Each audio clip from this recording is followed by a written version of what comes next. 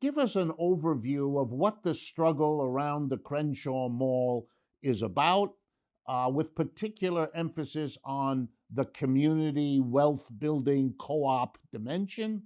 But I have to stick in because I know our audience will be interested that you're on the other side of the barricades from a certain Jared Kushner, and tell us about that.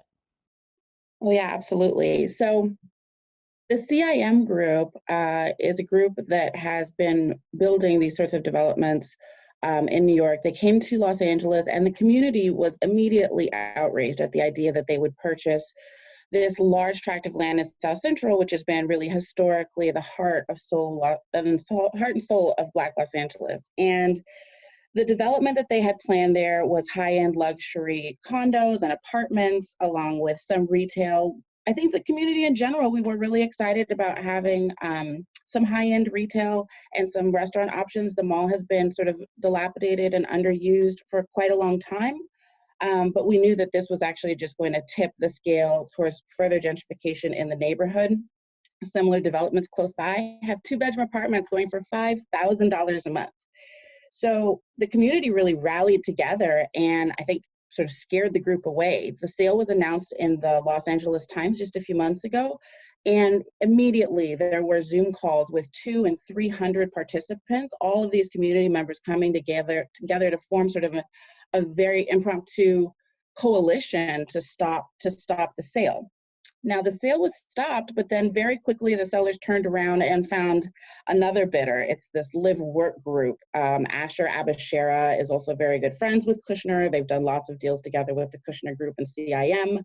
So these are all the same folks. They move in the same circles, and they have the same plans for our community. And our community has different plans.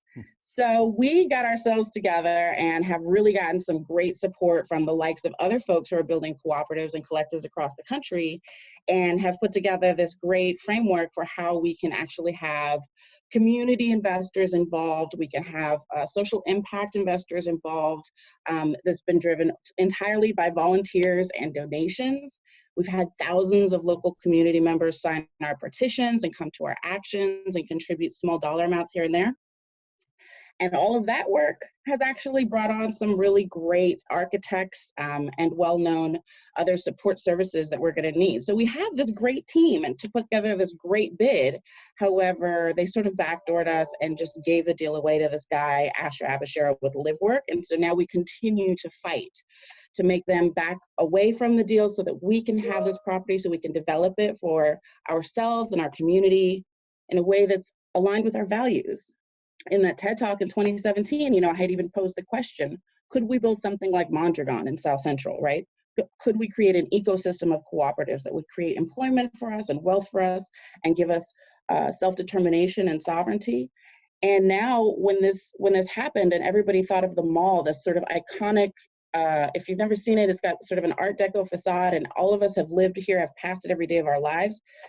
And we thought, nobody can have this but us. It belongs to us. And we have to continue to fight for it and hold the line. What we're building is a framework that won't just be for this mall, right? It is a framework for how democratic economies can and should work, and how community-led organizations can really have control over the way our local economy works.